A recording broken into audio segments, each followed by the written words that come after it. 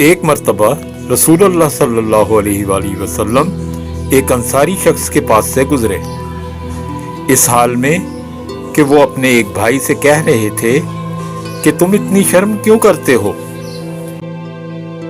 آپ صلی اللہ علیہ وآلہ وسلم نے اس انصاری سے فرمایا کہ اس کو اس کے حال پر رہنے دو، کیونکہ حیا بھی ایمان کا ہی ایک حصہ ہے۔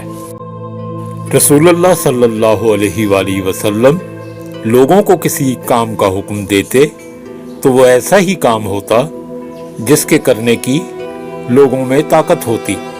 اس پر صحابہ رضی اللہ عنہ نے عرض کیا کہ یا رسول اللہ صلی اللہ علیہ وآلہ وسلم، ہم لوگ تو آپ جیسے نہیں ہیں، آپ تو معصوم ہیں اور آپ کی اللہ پاک نے اگلی پچھلی سب لغزشیں معاف فرما دی ہیں، اس لیے ہمیں اپنے سے کچھ زیادہ عبادت کرنے کا حکم فرمائیے۔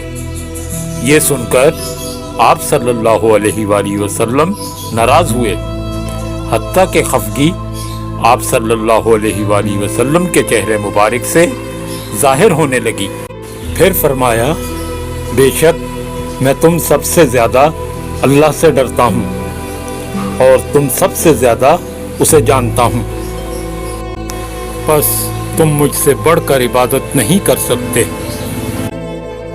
جو شخص شب قدر ایمان کے ساتھ محض ثواب آخرت کے لیے ذکر و عبادت میں گزارے، اس کے گزشتہ گناہ بخش دیے جاتے ہیں۔